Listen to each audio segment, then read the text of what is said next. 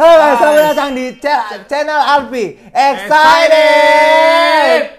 Semua mau monopoli sekarang. Gila sih lo. Emang Gerald nih sekarang. Gue beli franchise channel lo. Gue beli franchise channel. Emang gue jual? Iyalah. Hah? Iya dong. Gua saldo tuh. Kemarin kita nge-MC lucu banget.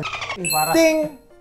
Ih, parah, lucu banget ya. Iya. Lucu banget ya. Kayak Iya, semua terngakak-ngakak, terkencing-kencing, terpipis-pipis. Iya, sampai-sampai logo Starbucks aja ketawa tuh. Logo Starbucks tertawa dan apa menangis, tertawa dan berlari, tapi ku berterima. Selamat datang kembali di konten yang kemarin sudah ada episode 1-nya, sekarang episode 2 yaitu Argumenteti. Alfi Gera mencari tweet Twitter. Argumenteti. Kepanjangan, gemeter aja. Gemeter. Alfi Gera mencari teh di Twitter. Seru, anjir. Orang lebih suka argumenteti loh. Ya, aneh banget. Coba kalian voting, kalian tim argumenteti atau gemeter. Gemeter. Iya, pasti. Kalau kalian pilih argumenteti, berarti segmen ini akan kita ubah jadi argumenteti. Iya. Tapi kalau kalian pilih gemeter, berarti selera kalian rendah dan lo goblok. Nah, segmen ini tetap kita ubah jadi argumenteti. Ya, sekarang kita akan membahas apa sih yang minta permen. Mulut gue bau bawang, gue habis ke acara Wibu tadi. Waduh, kemana Komikon ya? Komikon. Ada hal-hal aneh apa soal perwibuan di sana? Bau ketek sih. Lupa, gue tadi makan sushi kan. Nggak ketelan anjing. Bau ketek. Nggak habis sushi gue. Padahal kan JCC indoor harusnya dia ada pengharum lah ya. AC ada dingin, AC dingin. Tapi tetap bau. Lu pikirin aja, ketek dikasih AC gitu kan. Mungkin itu yang pakai cosplaynya yang ada cosplay gak tapi tadi? Banyak. Ada yang cosplaynya fail. Banyak lah. Ya, lu bayangin misalnya Hatsune Miku dengan cita rasa Kediri gitu misalnya. Gitu kan. Kayak gitu aja gitu. Kira-kira gambaran di sana kayak gitu. Tapi banyak juga yang bagus. Ini dia gambarnya. Susah dicari. Enggak visualisasi Hatsune Miku-nya aja kayak gini, tapi versi Kediri. Tapi banyak juga yang bagus sebenarnya. Apa? Tadi ada yang Avatar nih, kalau lihat nih. Ini bagus banget nih. Oh iya, keren ya? Bagus lagi. Ini tuh. Ini apa nih? Ini Naruto. Enggak, belakangnya Digimon ini, Naruto. Yang ini yang punya Agumon ini. Iya, Daichi. Ini kalau dari belakang keren. Pas dari depan drop size. Yang fail nggak lu foto itu? Gak enak bro fotonya bro. Fotonya bagus-bagus dong. Gak enak fotonya. Ntar kalau gue tuh suka takut keceplosan ketawa gitu. Enggak, tapi kan kalau yang kayak gitu-gitu biasanya dulu ya pas gue ini. Justru kalau lu mau foto dia bang, dia malah seneng bro. Dia merasa berhasil malah. Oh iya? Iya. Sumpah gue malah sungkan anjir. Malah sungkan ngajak kalau lu sungkan, kalau lu nggak ngajak foto. Dan mungkin bukan lu doang yang berpikir kayak gitu hari itu. Malah dia takutnya jadi murung dan sedih. Oh, iya. Malah dia akan merasa cosplaynya gagal. Semakin banyak yang foto, dia akan merasa semakin berhasil. Oke, tahun depan aku bakal minta foto ke orang-orang gitu. Iya. Tapi overall seru banget sih. Sumpah lu harus pergi tahun depan. Pernah gue Komikon, dia banyak fan art gitu kan yang jualan juga. Iya, banyak ini juga anjir. Apa cosplay bokep. Oke, kita lewatkan Komikon. Itu sekilas info mengenai Komikon 2022. Sekarang mari kita bahas. Kenapa per hari ini di Twitter lagi. Tapi lu pikirin, kok bisa Komikon lebih berhasil daripada event-event K-pop yang ada di Indonesia? Wah! Gue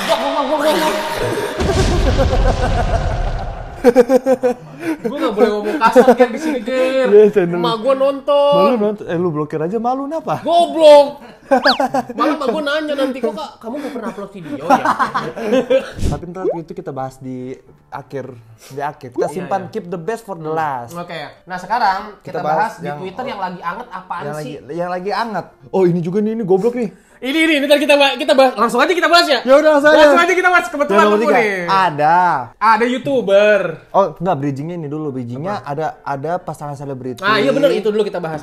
Pasangan selebriti berantem. Si istrinya melapor.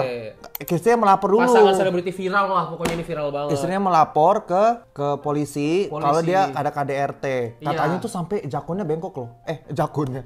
Kan cewek. Ini apa ini? Ini sini. Ininya jantung, leher, pundak, usus, kupu-kupu, benang sari putih. Lemah jauh. Kenapa joget? Perlapor nama titik. Kelahiran, astaga dia kelahiran 99. Masih muda banget ya? Masih muda banget ya? Lebih muda daripada Vidya. Anjir. Sama lu beda umurnya berapa puluh tahun? 31 tahun anjir. Goblok, nggak sampai 30. Lagian itu nggak penting untuk perlu dibahas, tolong. Iya woi. Kelahiran 5 Juni. Oh, ini. Telah terjadi tindak pidana. Tindak pidana KDRT yang dilakukan oleh terduga pelapor RB terhadap korban. Berawal dari korban yang terlapor merupakan suami istri dan terlapor ketahuan berselingkuh di belakang korban. Oh. Lagian selingkuhnya di belakang. Iya. Ya, di tengah gini kelihatan lah. Ya harusnya di rumah, di mana. Selingkuh ya. di Jangan di Brunei, itu kan jangan jauh di ya. belakang. Kalau di belakang mah ya kelihatan beginian aneh banget ya. doang. Bego. Pada saat bener aja korban gitu. meminta dipulangkan ke rumah orang tuanya, terlapor emosi dan melakukan berusaha mendorong korban, membanting korban ke kasur dan mencekik leher korban sehingga korban terjatuh ke lantai. Dan hal tersebut dilakukan berulang-ulang. Kemudian pada jam 10, terlapor berusaha menarik tangan korban ke arah kamar mandi dan membanting korban ke lantai sehingga tangan kanan dan kiri leher dan tubuhnya merasa sakit atas kejadian tersebut dan melaporkan ke Polres Metro Jakarta Selatan guna ditindaklanjuti. Jadi kayak si korban ketahuan selingkuh, lalu istrinya digebukin. Kenapa ya? Kalau orang mau udah mau selingkuh, ya ini ya minta maaf kek. Iya, malah ngegebukin istrinya. Tolol bener ya? Karena dia selingkuhnya sama Nah, itu Sudah terima, dituduh. Jadi menurut bacaan-bacaan di Twitter, setelah kasus ini terbongkarlah sebuah fakta bahwa ketika kita menyelam ke dasar laut. Kita juga nemunya dari replyan-replyannya nih ya. Ya tuh. Apa yang kita saksikan di layar kaca gak seindah realitanya. Udah KDRT selengki lagi. Without RB without LK is just mas-mas biasa yang tinggal nikah kerasnya. Waduh. Kejam. Netizen tuh menggali-gali kubur, ternyata ketahuan juga aibnya kalau dia tuh dulu pernah jadi. Tapi di tengah itu replyannya ada yang nge-reply ini. Akhirnya saya kekunci di kamar mandi kereta Logawa Gerbong Tinggi Ekonomi. Kenapa dia kekunci? Kayak out of nowhere gitu. Konteksnya mumpung apa? Mumpung lagi rame. Kali aja ada yang mau ngebantuin kan. Nah, tapi kabarnya lu tau gak sih RB ini? Kabarnya dulunya dia ini menjual-jual dirinya. Oh. Beredar bahwa dulu ada ya mungkin ini bahasa halus, cari bahasa halus. Jualan. Cewek, kalau cowok lonto. dia menjajakan diri. Jualan. Menjajakan jualan diri. lah istilahnya, dia dulu jualan gitu. Oke, nah ini ada buktinya di sini. Nanti gua tampilin ting. Nggak masalah lah ya. Itu kan masa lalu lah. Maksudnya kayak nggak ada hubungan sama sekarang lah. Dia mau dulu jualan diri, dia mau apa, yang penting sekarang enggak. Tapi ternyata sampai sekarang katanya masih, karena dia ada yang bilang dari thread itu dia itu simpanannya seorang warintil gitu. Iya, simpanan seorang warwar. Iya. Nah, yang menjadi masalah itu sebenarnya.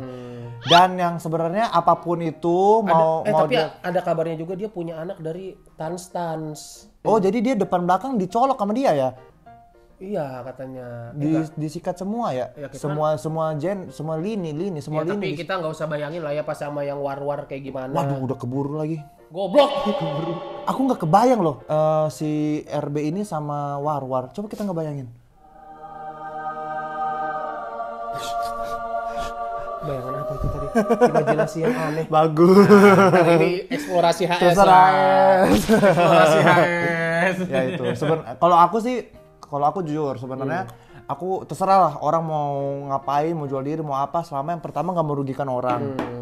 Ya kan, lagi pula tuh dia udah di masa lalu kan. Tetapi kalau yang sekarang, apapun itu yang dilakukan, kekerasan itu tetap salah anjir. Tetap salah. Mau misalnya ternyata yang cewek yang selingkuh, melakukan kekerasan, tetap lu salah. Iya nggak? Iya nggak, bro? Kalau menurut gue sih sebenarnya ya Masa lalu ya udahlah biarlah menjadi masa lalu kalau tidak ada kejadian ini. Tapi masalahnya udah ada Dikit-dikit nyanyi.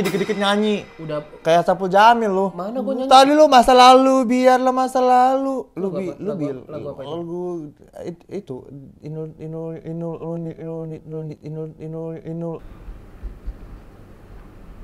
Masalahnya udahlah masa lalunya begitu.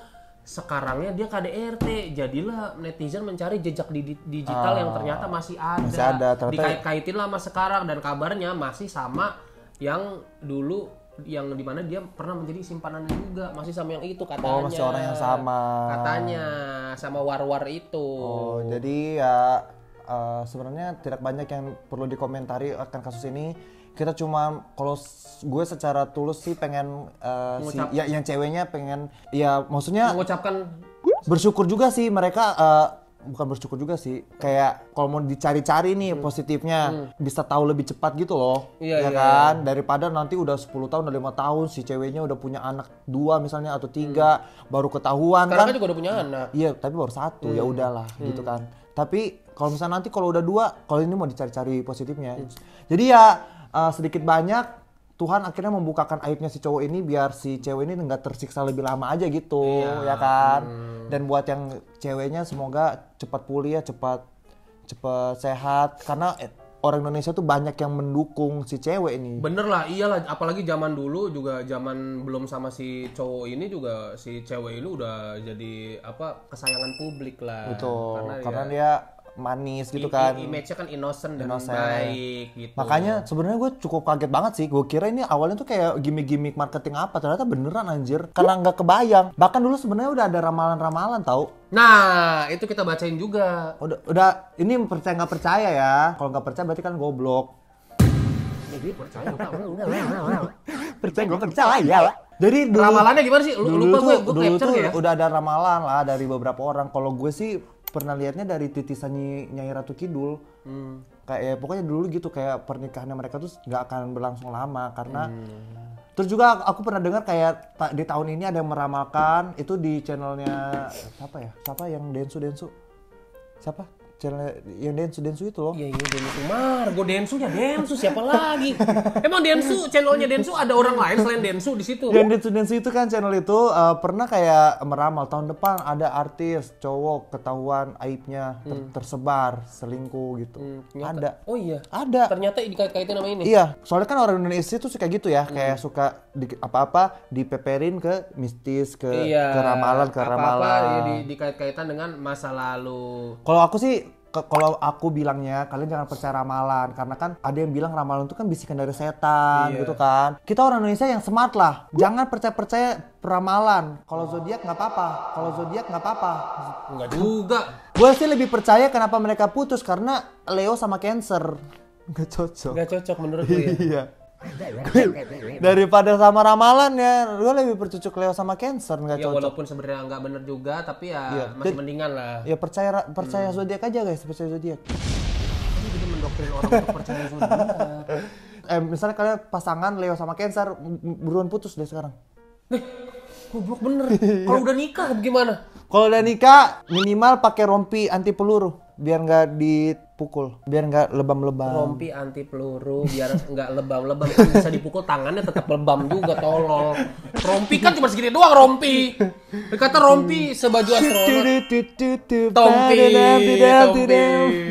Gua turut prihatin buat Mbak LK semoga cepet cepet pulih fisik dan mentalnya. Fisik dan mentalnya semoga tidak terjadi trauma berkepanjangan itu. Dan aja. Buat RB kalau emang terbukti dia melakukan hal seperti itu yang diberitakan, ya cepet tobat deh dan semoga karirnya aman. Tapi kalau aku lihat sih kayaknya karirnya nggak bakal aman. Ini tercancel di mana-mana sih ini. Ini udah sulit sih. Orang udah nge-cancel semua. Kayaknya pun TV kalau mau pakai juga mikir-mikir 2 kali sih. Dikit lagi dia kayaknya balik lagi ke Kalibata tuh. Ke apartemen ini ya. Kembali dari nol ya Pak. Gitu. Iya. Selanjutnya dari kasus ini sebenarnya masih ada kaitannya. Iya. Rantai tertinggi di piramida kebodohan, puncak komedi dari segala jenis kebodohan konten yang ada di masyarakat adalah ini dia nih. Apa seorang YouTuber bersama istrinya bikin prank KDRT. Yang mana KDRT sedang mencuat gara-gara kasus RB dan juga LK. Nah dia jadi istrinya disuruh ke kantor polisi, terus istrinya bilang, "Pak, saya mau melapor KDRT, suami saya KDRT." Terus si polisi kayak, polisi kayak percaya gitu. Nah di belakangnya tuh si suami itu ada ininya, ada kayak hati-hatinya kayak uya-kuya gitu kan. Suami ketawa, polisi percaya gitu, jadi kayak ngeledek gitu kan. Iya. Nah, yang menjadi goblok sih adalah ya itu, karena kasus ini kan lagi mencuat dan KDRT itu bukan bercandaan. Bukan bercandaan. Gitu sebenarnya yang jadi goblok. Tapi emang si orang itu emang agak-agak. Udah mana sih? Semua yang viral nyempil, Citayam nyempil. Iya. Ini warteg kebakar nyempil. Iya. Udah masih RB bego, udah gitu ada lagi si YouTuber ini. Padahal gitu, dulu nambahin. Padahal dulu sebenarnya dia kontennya cukup bagus gitu, maksudnya. Iya, cukup lumayan respect, kayak bantu-bantu orang yang nggak mampu. Iya, inilah tanggapan Deddy Corbuzier nih, kita bacain. Deddy Corbuzier bilang, sorry bro, kali ini lo cuas banget. Dan gue sirik. Gimana caranya gue bisa kayak lo ya, konten keluarga sama prank. But bro, this is out of limit. I'm sorry, not funny, dan ini jelas merendahkan polisi. Dan KDRT, are you out of your mind? Yes, I didn't chat you personal, cause it's not personal. Mampus kalau Bang Deddy sudah angkat bicara. Tapi ternyata terakhir videonya udah dihapus sih. Tapi sebenarnya gue yakin kayak itu pasti dia tuh bakal beralasan kayak ini tuh buat edukasi. Kalau kalian di KDRT begini cara prosesnya. Tapi kan bukan ngeprank gitu. Iya, ada lagi yang komedi. Titik-titik KDRT, titik-titik jalani visum. Nonton sebelum video ini di take down. Berarti emang cuma mau nyari traffic doang. doang. Karena dia udah bakal tahu mau nge-take down video itu ya. Kemarin Citayam Fashion Week mau diklaim namanya. Sekarang lagi mencuat kasus KDRT, dia bikin prank KDRT. Wah. Kemarin juga jadi gembel. Ya, udah lama banget, bukan kemarin. Udah lama banget. Kemarin dulu. Dia makin kesini makin awalnya tuh ya buat membantu, tetapi famous itu membutakan gitu. Akhirnya instead of membantu orang-orang, dia jadi ya gitulah. Sampai kemarin tuh yang ada gue yang gue miris sih. Jadi ada anak kecil di TikTok viral gara-gara di ini bukan miris. Iris. Jadi ada anak kecil viral di TikTok gara-gara dia kutuan banyak sama gurunya, mukanya ditutupin. Disorotnya dari belakang sengaja biar nggak kelihatan mukanya. Sama si YouTuber ini didatengin dan mukanya diliatin. Dieksploitasi. Dikasih apa sih anak itu sama dia? Memang dikasih rezeki, tapi gue lupa berupa duit atau berupa tapi barang. tidak sepadan dengan AdSense yang dia dapat. Iya, tapi yang paling parahnya adalah udah sama gurunya aja menjaga privasi anak itu, mukanya gak diliatin. Sekarang sama si YouTuber itu diliatin mukanya, kata gue. Diliatin mukanya buat biar ini biar orang tahu mukanya anak itu. Kan? Itu jawabannya. Gitu. Ya, tapi kan harusnya nggak diliatin dong, bro. Kasian loh. Lah kalau nggak diliatin sekarang seluruh Indonesia tahu dia kutuan. Gimana tuh? Nanti kalau ada anak cowok yang mau ngedekatin dia jadi mikir kutuan. Ya justru itu kasian. Ketularan Mbak Erna kali ya? Pembantu gue namanya Mbak Erna. Jadi suatu waktu gue tuh waktu kecil suka begini-gini nih. Tiba-tiba kan suka begini terus sama gue kayak anak itu ketularan Mbak Erna. Ma gue lihat begini kan di kepala gue, ada kutu, terus ma gue giniin dipites sampai berdarah gitu. Makin lama makin banyak. Ternyata pas dicari tahu itu dari Mbak Erna. Mbak Erna kepalanya kutuan banget itu karena rambutnya tuh kayak nggak disampung. Sekarang anak ini juga ketularan Mbak Erna. Bisa jadi. Mbak Erna di mana sekarang? Di Luwuk. Luwuk tuh mana? Di Luwuk, di Palu. Anak ini kan beda pulau sama Palu. Di Poso kali ya? Oh kalau di Poso bisa jadi kali ya? Dikasih obat kutu, sembuh kan. Mbak Erna juga dikasih obat kutu, sudah dipulangin karena kutuan. Ntar lompat-lompat ke adik-adikku juga gitu. Si anak ini juga kasihan sih. Ya itulah sekilas info tentang Mbak Erna. Mirna, sumpah. Ya nggak usah dibenerin juga. Mirna, nih. Justru bener emang harus lu jangan kasih tahu namanya. Sekarang semua orang tahu nih Mbak Erna kutuan gara-gara lu. Bukan Mirna. Iya sekarang orang tahu semua Mbak Mirna kutuan gara-gara lu. Iya. Kok iya? Saya telepon dulu mamaku ya. Ma.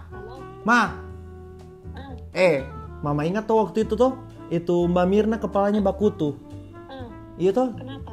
Iyo, kan dia tularkan ke saya. Ini Alpi tidak percaya, ini saya lagi buat video. Alpi tidak percaya, coba kamu Bukan gak percaya tante, ini Gerald aneh banget tante. Kita lagi ngebahas apa, dia tiba-tiba membahas Mbak Mirna katanya. Mbak Mirna kepalanya kutuan. Katakan kita lagi bahas ada anak kecil kutuan di TikTok. Kutunya banyak banget. Terus tiba-tiba Gera bilang jangan-jangan ketularan Mbak Mirna. Aku tanya Mbak Mirna siapa? Pembantuku dulu. Kan jauh ya tante ya? Iya. Ya kan sudah tidak musimnya lah. Ma, baru di kepalaku dipakaikan apa tuh sampai sembuh? Ada obat kutu. Kau pergi apotek, cari obat kutu. Nah, Ada di itu. apotek. Ada di apotek obat kutu, kata mamaku. Iya. Aneh memang, dia pernah kebentur kah ini kepalanya ke tante waktu kecil? Iya tuh kan, bener. Pernah di sini. Begitu ya? Mama pernah tabentur itu tuh apa yang gerobak itu pernah sampai bocor. Waktu saya kelas 5. Pantas jadi aneh tante ya. Saya kelas 5. Iya, Ma nanti kasih kirim di WhatsApp nama obatnya. Mana mama tahu lah kan? Tahu ingat itu. Coba Mama ingat-ingat dulu ya. Tuh, udah percaya. Bukan gak percaya. Betulan. Ger. Kutu tuh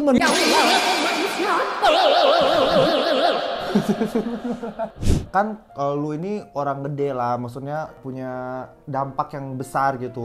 Kalau mau bikin konten, dipikirkan lagi momennya, terus isi kontennya gitu. Jangan kayak semua tuh dieksploitasi lah, jangan semua itu diraup. Seolah-olah yang gue benci sih sebenarnya kayak seolah-olah dia tuh buat demi kebaikan. Padahal gue tahu banget itu deep inside hatinya itu buat kepentingan dia sendiri lah, bullshit itu. Kalau buat kebaikan aja semua yang dilakukan itu menurut di mata gue gitu. Buat AdSense itu pasti. Pastilah di mata gue. Kalau dia buat kebaikan, gak semuanya dia record, dia tayangkan ke YouTube-nya anjir. Itu ratusan juta ada sih pasti dari YouTube sih. Pasti. Feeling gue. Orang kayak gue yang biasa, gue viral, tapi ya viral biasa-biasa aja. Dari gue aja Viral dibenci sih. gue yang video gue yang viral aja ya nggak nyampe ya banyak. Poinnya apa? Poinnya pikir-pikir lagi kalau membuat konten. Lu kasih saran dong. Ayo kita bacain aja dah nih netizen. Bahasa Inggris nih, lu yang baca nih. I hope the YouTuber and his wife that women have been trying so hard to be hot when they speak UK, about UK, they speak about don't make UK. it about kok Jadi kayak YouTuber TikTok yang sumbing itu.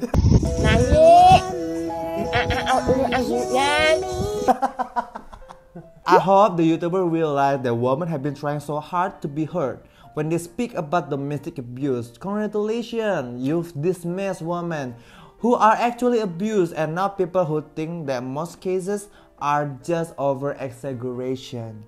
Artinya apa? Over exaggeration apa? Artinya itu adalah selamat. Congratulations tuh selamat lah kira-kira gitu. Kayak dia ngasih selamat gitu. Gue nggak nanya congratulation mah gue udah tahu ini over exaggeration ini apa. Nah ini kan kayak kasus.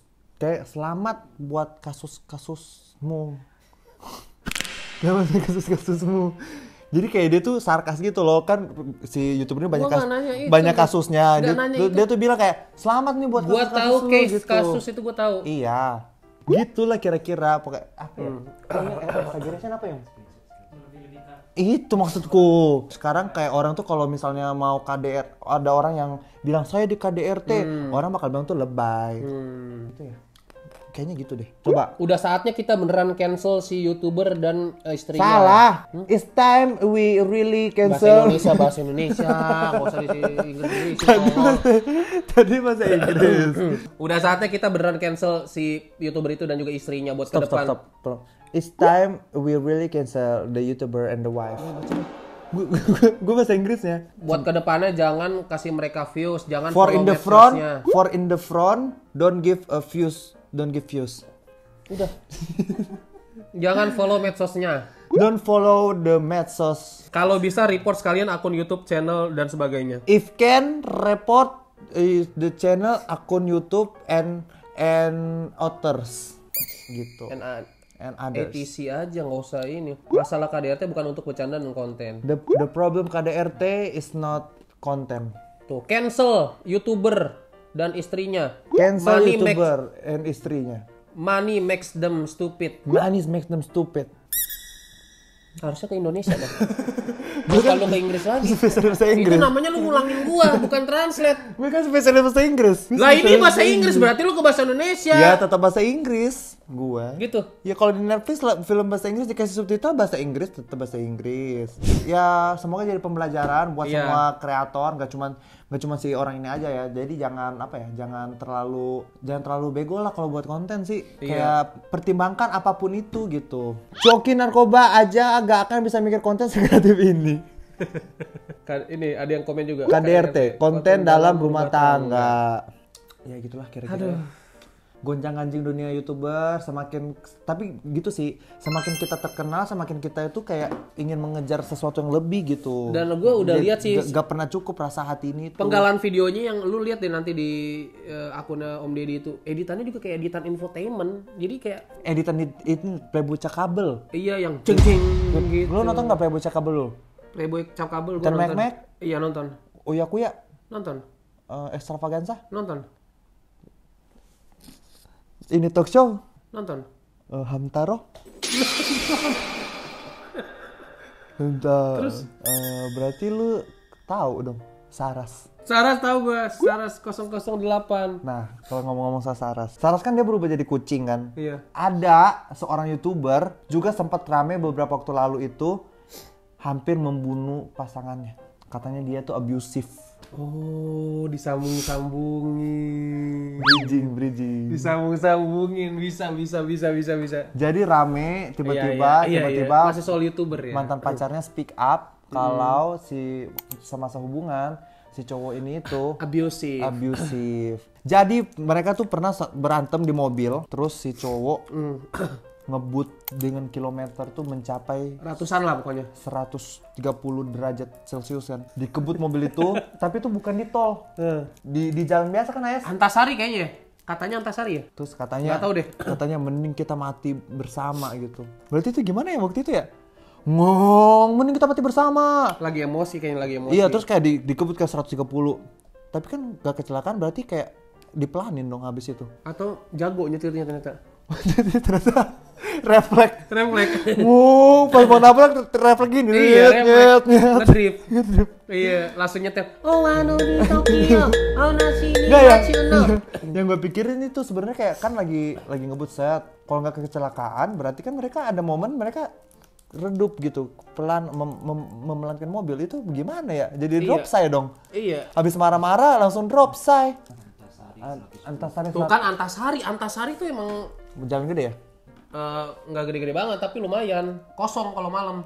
Oke, kita bawa kalian ke jalan Antasari. Ting. Itulah dia jalan Antasari. Tapi kabarnya si YouTuber ini yang bermasalah sama mantan pacarnya, katanya dia akan menggelar press conference, Press conference. Minggu 2 Oktober hari ini jam 8 malam. Jadi kita bakal ini dulu. Kita bakal keep dulu ini buat segmen berikutnya. Iya. Setelah press conference ini keluar. Oh iya, betul, kan? Betul. Biar berlanjut ini, Iya, biar berlanjut. Ya kan? Jadi nanti kita update terus kita kumpulin dulu bukti-buktinya karena dia bakal mau press conference. Mau spill chat juga di sini. Katanya mau ada bukti-bukti chat juga dia babarkan. Siapa tahu kalau kalian males nonton press conference-nya, nanti kita ceritain apa yang ada di press conference. Tapi sekilas info juga, mari kita baca reply-replyannya setelah dia mengepost press conference ini. Siapakah yang nanya? Ada yang reply kayak gitu. Alhamdulillah masih diberi kesehatan buat lihat drama di internet. Nah, yang terakhir ya, kita akan membahas berbagai macam kelucuan event K-pop yang membadut. Kita akan membahas kayaknya nggak jangan. Karena kemarin kan eventnya warna merah. Kita nggak bermasalah sama grupnya, kita bermasalah sama promotornya. Ada beberapa banyak event kan di Indonesia kan. Kita mulai dari yang paling pertama, yang paling wadaw dulu. Apa? Yang pertama kali yang wadaw. Yang itu kan, yang sebelum kita ke Korea, yang ada nih, mereka tuh jual tiket dari jauh-jauh hari kan. Set, harga tiketnya kan misalnya 3 juta. Jangan dibilang. Oh gila, yang ada Jesse sama Secret Number itu. Ya, terus pas mau hari H, mungkin karena tiketnya nggak banyak terjual, tiketnya di diskon aja. Udah mana di diskon, ternyata setelah pace ke berapa gitu, ternyata adalah tiket yang plus sama benefit. Benefitnya apa? Foto grup sama Jesse, foto grup sama Secret Number, yang mana itu tidak diinformasikan dari awal. Tiba-tiba ada, makanya orang-orang yang beli pre-sale pada kecewa. Jadinya ada Hanbin juga di event itu. Jadinya at least yang udah beli lebih mahal tuh harusnya dikasih benefit yang lebih lagi kan. Iya, udah mana tiketnya di diskon, dia kagak dapat benefit kan. Udah gitu makin orang tuh makin marah karena tiketnya itu instead of dikasih benefit, mereka tuh ganti ruginya adalah mereka dikasih satu tiket lagi, dikasih bonus satu tiket. Jadi seolah-olah kayak penontonnya tuh disuruh jadi calo. Iya. Gitu, suruh jualin tiket gitu, anjay. Itu parah banget sih. Gitu. Jadi rame lah acara itu anjir. Terus tiba-tiba tapi kata teman-temanku yang pergi ke acaranya di sananya konsernya berjalan lancar sebenarnya, berjalan baik, cuman masalahnya di tiketing doang. Lanjut ke event setelahnya, ada yang tiba-tiba pindah venue. Wah, ini menurut gua tadinya gua pikir ini event terwadaw tadinya. Event pindah venue gimana tuh ceritanya? Gue nggak ngikutin tuh. Jadi ada event namanya Wakwakland. Nah, nama ini sebenarnya gue Wakwikland namanya itu. Saya sebagai fans 80s jelas lah, gue beli tiket pre-sale. Betul. Sama Vidya, gue berdua kan, kita berdua suka banget 80s kan. Gue belilah pre-sale. Oh, senang mau nonton 80s. Itu aja dengan kekhawatiran dan keraguan-raguan karena pertamanya dia mau eventnya itu di Stadion Madia. Kalau nggak salah Madia kayaknya. Itu kan ini ya, gede dan outdoor gitu, semi outdoor. Oke. Madia itu tiba-tiba kurang dari seminggu bahkan dipindahin tuh ke stadionnya. Stadion baseball tiba-tiba. Mana udah stadion baseballnya tuh kan ada temboknya ya kalau gue lihat ya. Mana udah outdoor, dibatasinnya cuma nama kerangkeng doang kan. Kerangkeng, kalau udah tahu udah itu yang di luar bisa lihat. Terus ngapain beli tiket? Katanya dari gedung juga bisa kelihatan. Iya. Dari gedung di atas itu kayak biasa kelihatan dengan jelas gitu. Iya. Terus kayak ngapain beli tiket? Terus ya biar nonton. Kan maksud gue kalau nggak beli tiket juga bisa nonton dari luar kerangkengnya. Bisa, tapi kan kalau beli tiket bisa nonton. Bisa bukan nonton ya, bisa kenonton gitu. Dari dalam kita tuh nonton, dari luar itu kita kenonton gitu. Pernah nggak lu kenonton? Uyang nggak sih? Tiba-tiba ada event, lu nengok set, nah itu lu kenonton. Ke kanan, bukan kenonton. Lu tadi nengok ke sono ke kanan, bukan kenonton. Lu kenonton, jadi kayak lu nggak sengaja kenonton gitu. Kenonton gue gitu. Ketonton ya, ketonton. Tapi kalau misalnya lu nonton, ya lu masuk lu nonton. Itu kalau ini kan bukan ketonton, orang dari luar juga bisa dengan sengaja nonton dari kerangkeng itu ke ini, dari pagar itu. Itu yang lo maksud itu kelihatan. Yang lo maksud itu orang bisa ketonton. Nah, kalau di dalam orang bisa. Nah, apa yang gue permasalahkan, dia ganti ininya udah deket-deket harinya. Ganti stadionnya, yang mana stadionnya menurut gue tidak memadai untuk konser itu. Terus yang kedua adalah tiket festivalnya yang tadinya ada 2 itu disatuin. Oh, jadinya. Terus di dalam itu 2 tuh harganya beda atau sama jadi satu? Gue lupa video yang beli pokoknya. Tapi jadi disatuin, jadi nggak berpagar, jadi festivalnya ya lebar gitu. Oh, jadi kayak acara pensi. Iya, terus di samping festival ada food court, ada Denah food court. Terus kenapa? Biasanya kan di luar venue. Ini di dalam food courtnya, Pak. Iya, kenapa? Tidak lazim dong. Etis lagi tampil ngelihat penonton babang-babang nganterin es teh manis, jas jus pakai nampan gini. Tapi lu tahu nggak ada yang lebih waduh dari cerita lu itu? Apa? Jadi setelah acara itu banyak yang spill juga di Twitter kalau si fanbase-nya Etis ini dipekerjakan dan tidak dibayar, disuruh jaga stand kan? Disuruh jaga stand atau booth itu. Di acara situ disuruh jaga booth. Udah gitu si pihak penyelenggara mereka kecewa sama fans 80s. Katanya fan 80s banyak, tapi kok pada nggak beli tiket. Itu Itu pernyataan promotor yang itu menurut gua bodoh sih. Itu bodoh banget sih. Pernyataan terbodoh yang dikeluarkan seorang promotor gitu. Iya. Nanti gue kasih tahu kenapa bodohnya di akhir ya. Selanjutnya gue pikir promotor udah pada tobat. Iya. Ternyata datang teh dari promotor yang lebih gede lagi. Yang sempat membawa banyak banget grup termasuk EXO. Nah ini ada lagi namanya, dia membawa grup Seventeen ya. Nih ada akun di Twitter yang bilang, oke, aku bakal cerita sedikit soal sisi gelap pertiketan kemarin di konser Seventeen. Jadi aku dapat info dari saudara aku bahwa ada beberapa slot open untuk nonton. Nah ini. Aku dinyanyi tiket fisik, masuk venue aman lewat depan, scan barcode, tapi harus dengan DP fee plus harga tiket yang sesuai section dipilih. Tapi baru hari H dikasih tiketnya. Singkat cerita, H-1 aku berniat untuk bantu karat lain dapat slot ini dengan catatan aku pegang tiket fisiknya dulu sebelum aku lepas ke karat-karat lain karena aku dijanjiin tiket fisik di hari H. Dan pas hari H pertama konser tiba, aku ditawarin untuk oper slot ke hari kedua karena all section katanya over capacity. Tapi aku tetap berusaha untuk day one aja. Setelah menunggu beberapa jam dan hingga sampai konser mulai, kita tetap sama sekali nggak bisa masuk. Sumpah, jadinya zonk banget. Dan akhirnya dioper ke besoknya. Tapi aku maksa minta tiketnya dulu sekarang karena aku nggak mau masuk telat besoknya. Tapi tiket fisik baru bisa dibagikan besoknya sesuai hari H dengan. Lo baca cerpen. Baca cerpen si kancil lo. Tapi tiket fisik baru bisa dibagikan besoknya sesuai hari H dengan catatan kita kumpul dulu barengan jam 10 udah standby. Ya udah, kita sepakat besok datang pagian biar gak zonk kayak Dewan. Karena ternyata Dewan sudah kepenuhan. Karena kita telat katanya. Berlanjutlah ke drama day itu. Setelah udah datang pagian dan dikumpulin di satu area samping hall, kita disuruh nunggu dengan janji tiket fisik sudah aman, dipegang semua. Dan tinggal nunggu pegang tiketnya datang. Setelah berjam-jam nunggu, dari jam 12 mundur ke jam 2. Dari jam 2 mundur ke jam 4.30. Kita akhirnya disuruh pindah ke belakang hall alias loading dock. Dan guess what? Wow. Another waiting game guys. Yes, that's right bitch. Okay, Slay Queen.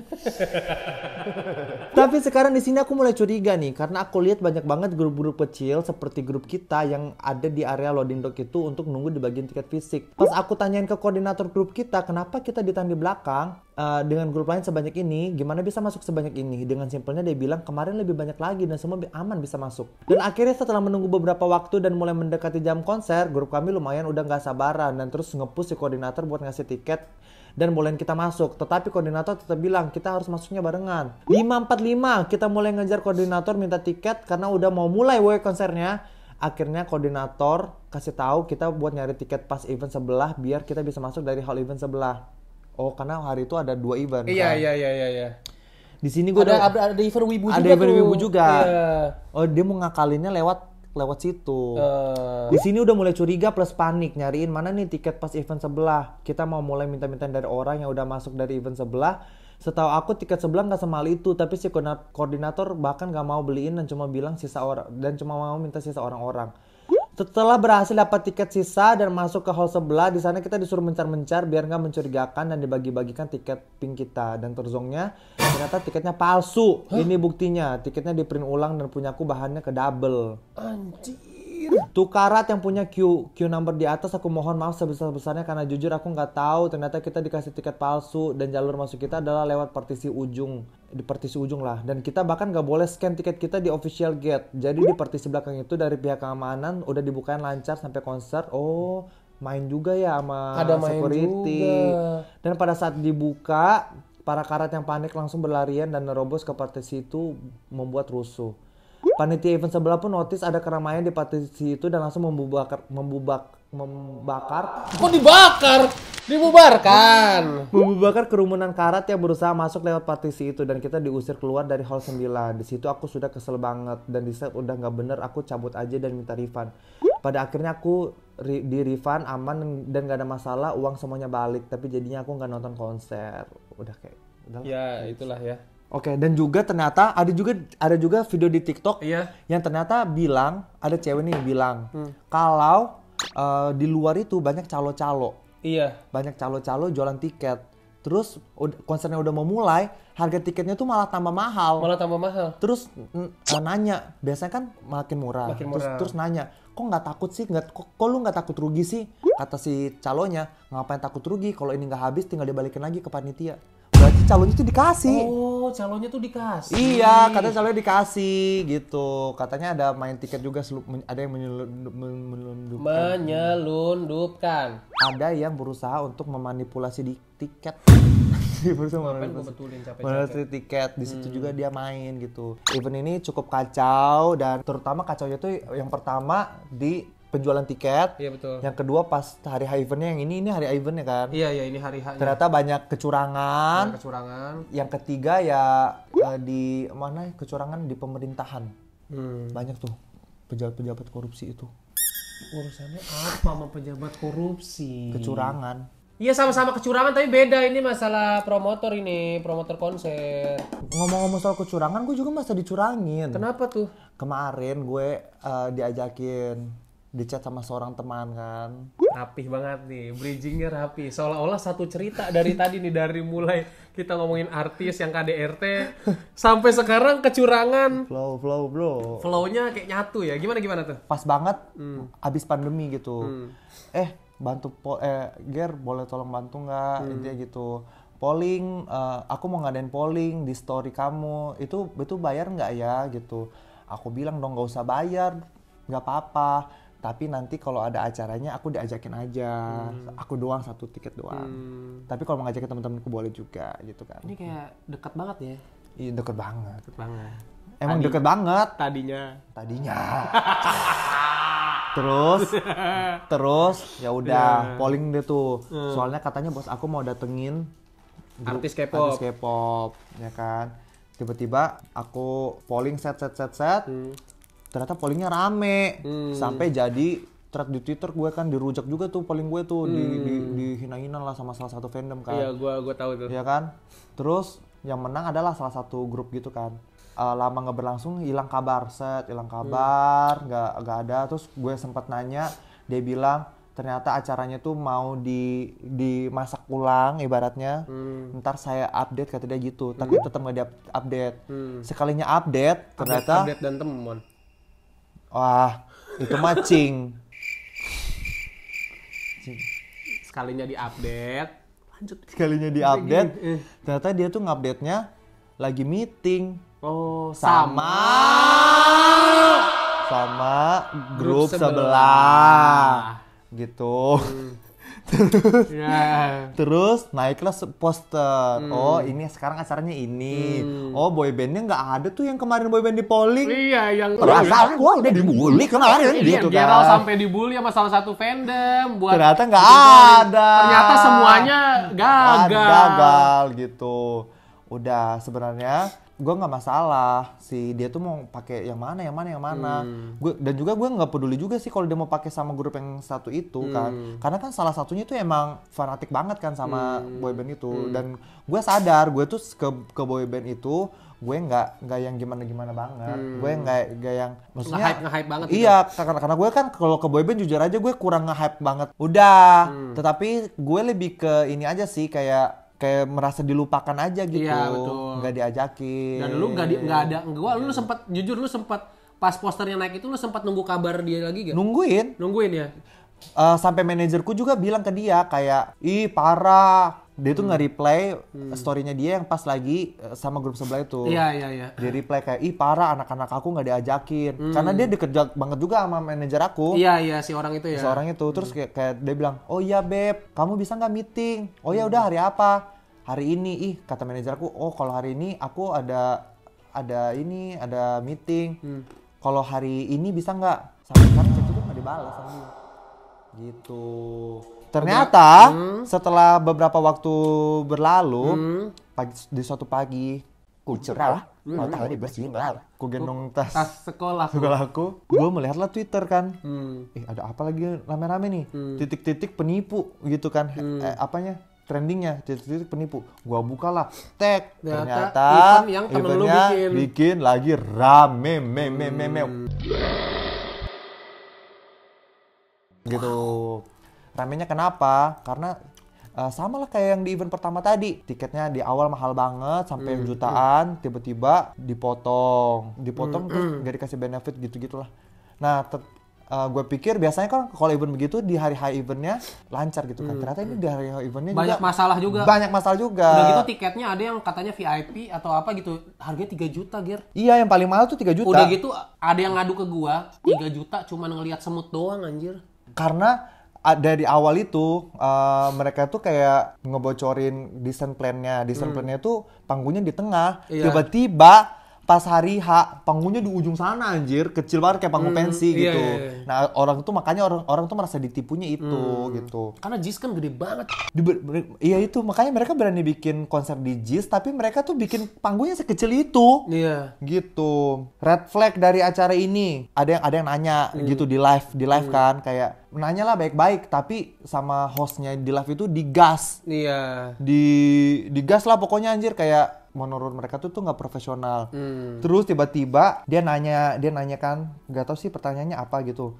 Terus sama akun brand itu, sama akunnya itu dia jawab gini, halaman pertama pasti lo baca dulu sih pastinya, semua ada di situ soal tiketing, jangan main beli aja langsung cuy. Cek dulu, terutama cek isi dompet lo sih. Tapi dia pakainya akun ini anjir. Tapi pakai akun eventnya. Pakai akun eventnya, langsung di screenshot, langsung lah tuh, langsung kena lau. Kena gitu. lagi coy. Yang kedua, eventnya tuh sudah 4 hari lagi, tetapi detailnya itu nggak ada sampai Hamin berapa nih? Hamin 2 apa Hamin 1 ya? Padahal kan kalau orang dari luar negeri gitu mau nonton kan harus tahu tuh iya, eventnya kayak gimana, penukaran tiketnya gimana, betul. toiletnya di mana gitu Iya, kan. iya.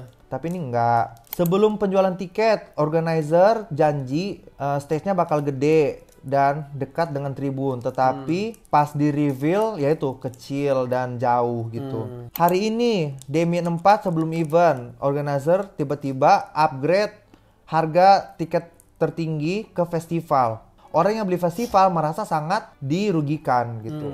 Yang paling rendah tiba-tiba di-upgrade ke festival. Jadi misalnya festival harganya 900.000. Iya. Yang rendah 300.000, yang 300.000 ini tiba-tiba jadi 900.000, di-upgrade jadi festival gitu. Iya, jadi iya. yang ini kan jadinya merasa dirugikan gitu. Iya betul. And Damien 4, suddenly people who buy festival section are allowed to bring a friend to the festival for free. Oh, jadi yang ini digantinya dikasih tiket satu lagi. Iya. Sama tuh ya kayak dulu ya. Iya, terus ini Tanpa ada kemarin, benefit yang jelas. Yang kemarin dari grup sebelah itu yang diundang meeting, yang mereka dapat press conference itu. Itu juga gue lihat instastory-nya yang bikin gue kaget adalah mereka beberapa member ada yang instastory yang mau tiket event ini gratis boleh DM manajemen kita atau DM kita gitu. Jadi mau dikasih, jadi satu per satu member kayaknya bisa ngasih satu giveaway tiket buat orang-orang mungkin yang kayak gini yang dia bilang ini. Oh ya, makanya jadinya orang tuh merasa kecewa aja gitu. Ngapain beli gitu. Now the biggest concern is not only money but also safety. Hari H tiket exchange itu jam 9, tetapi gates open jam 3. Sampai di min 4 mereka tuh nggak tahu idolnya itu perform jam berapa dan eventnya tuh outdoors. Apakah nanti di dalam bakal overcrowded, overheated gitu kan. Many titik-titik in Indonesia are Muslims that need to take prayer break. How can we do that if we have to queue from 9 a.m. without any clarity gitu. Oh ya, karena jadwalnya belum keluar. Harga tiket termahal 3 juta. Mereka berjanji bakal kasih tempat terbaik, tetapi berakhir dengan tempat terjauh. Tetapi nggak jelas juga nih benefitnya apa. Ternyata benefitnya tuh high buy gitu. Oh. Ya high buy doang, lewat high buy gitu. Oke. Event 1 Oktober, line up confirmation 6 September, sales 8 September gitu. Dan ternyata pas hari H, karena kan mereka nggak boleh bawa air, ternyata hari H-nya tuh sempat ada kericuhan tuh, sampai ada 20 orang yang pingsan. Tetapi yang menjadi kocak lagi adalah, kan mereka nggak boleh bawa air, open gate jam 3, acaranya jam 9. Iya. Mereka nunggu tuh berjam-jam tuh. Nggak minum. Pas ada yang pingsan, bukannya dikasih air sama panitia, tetapi mereka disuruh bayar. Panitia aja malah jualan air. Suruh beli. Nah, punchline-nya adalah itu, mau mati atau mau minum. Iya, orang. Padahal orang-orang di ukti-ukti itu udah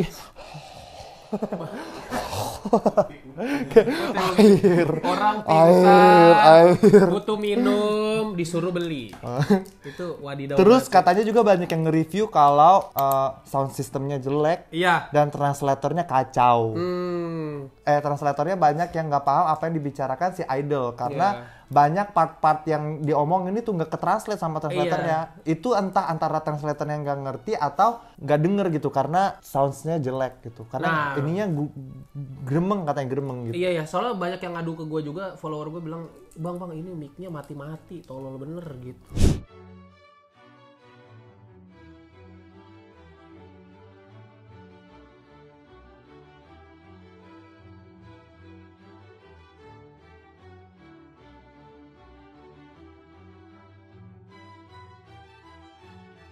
Tapi dari keempat event di K-pop ini, garis merahnya adalah satu, mereka tuh nggak pernah belajar dari kesalahan. Betul, gitu. Banyak. Padahal mereka tuh harusnya bisa melihat ya, yang ini salahnya ini, yang salahnya salah ini, tapi nggak diambil, nggak dijadikan pelajaran. Mereka tuh kayak bikin konser yang penting dapat duit dari K-popper gitu anjir. Iya, kayak nggak. K-poppernya nggak dipedulin anjir, setelah dikunyah dibuang gitu. Berarti udah dapat manisnya gitu. Iya, tidak dikelola dengan baik, tidak dipersiapkan dengan baik, hanya kayak bikin event apa ya yang bisa menguntungkan K-pop gitu.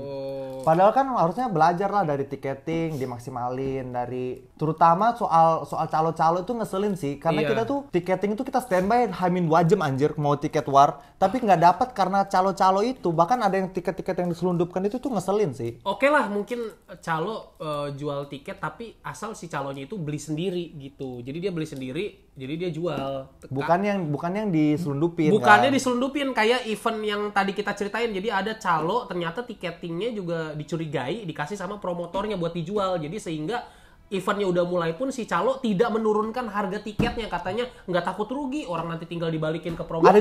Ada juga yang di event yang itu, yang di karat itu. Jadi katanya ada yang ngelihat ibu-ibu bawa plastik gede isinya tiket semua. Terus pas diketahuan ditanya, itu apa emang bu? Kata ini sampah gitu. Padahal itu tiket gitu. Gitu.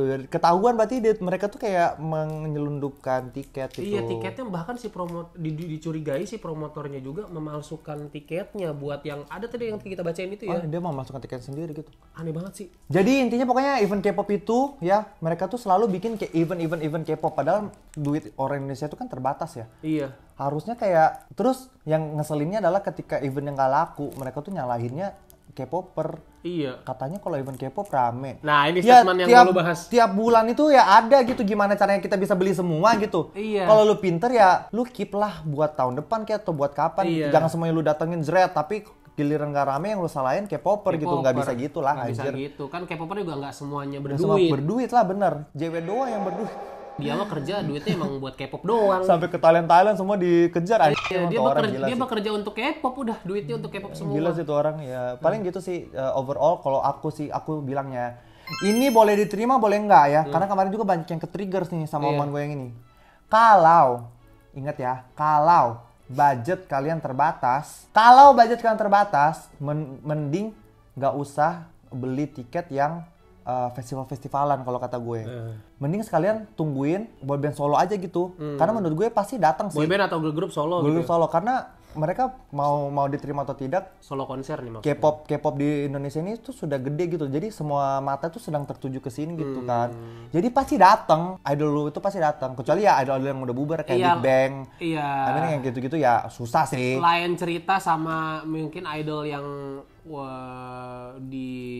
digadang-gadang bakal misalnya udah nggak sempet nih keburu mau ngambil, kayak itu pilihan masing-masing. Itu beda cerita. Tapi kayak misalnya idol yang misalnya bakal ada masih panjang nih kayaknya. Isu Asia Tour atau isu World Tour. Iya. Gue rasa sih Indonesia pasti kena lah kalau misalnya ada yang mau Asia Tour atau World Tour gitu. Jadi mendingan lebih puas gitu nonton konser yang satu solo gitu. Kayak kemarin kita nonton G-Idol.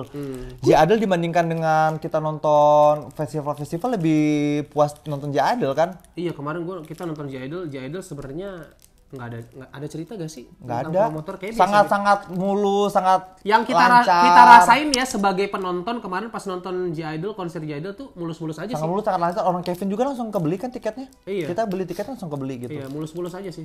Jadi kayak bahkan kita datangnya telat pun dibantuin loh cari kursi sama orangnya. Sama asernya ya. Sangat-sangat helpful gitu. Iya. Padahal itu sama ya. IO-nya sama yang karat. Oh, sama ya? Sama gitu. Tapi kok beda ya idealnya? Ya mungkin karat ini lebih gede kan. Lebih gede iniannya kayak penontonnya jumlahnya lebih membludak ya. Membludak gitu. Jadi ya gitu sih, mending duitnya kalian tabung, kalian buat event-event solo atau enggak tahun depan ya. Kalau gue sih mendengar bisik-bisik Blackpink kecil. tahun depan ada Blackpink, ada juga ada salah satu event K-pop yang gede bakal kalau misalnya pitchingnya sukses bakal ada di sini dan itu event K-pop yang terpercaya lah. Sama mungkin nanti ada salah satu yang bakal mampir juga kalau misalnya dia udah debut. Jadi bakal ada idol K-pop yang dari Indonesia lagi nih. Masa? Selain di Takarang bakal ada idol K-pop dari Indonesia lagi, Ger. Masa? Iya.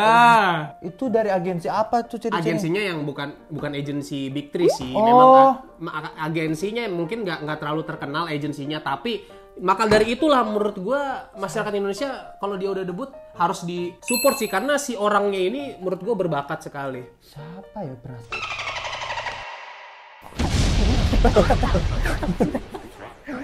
Ya makanya kita tungguin lah debutnya ya. Kita tungguin lah debutnya. Sebagai Indonesia kita akan support terus. Iya. Kita support terus. Siapapun kita support. Kalian dapat info kan, info menarik. Ya udahlah, gila kita syuting dari terang sampai gelap nih. Yaudah. Terima kasih tuh udah banyak banget. Sekian lah rekapan teh hari ini. Emang itu tuh nggak bisa ditinggal seminggu. Nanti kita yang bikin yang versi 3 jam di mana Gibah Rewind. Pembahasan apapun maksudnya dirangkum jadi tentang tahun ini. 3 jam kalau perlu kita syuting. Gibah Rewind nanti. Belum closing kok. Ya udahlah ya, segitu aja dari kita. Kurang lebih nyaman maaf, sampai berjumpa di Gemeter selanjutnya. Dadah. Bye.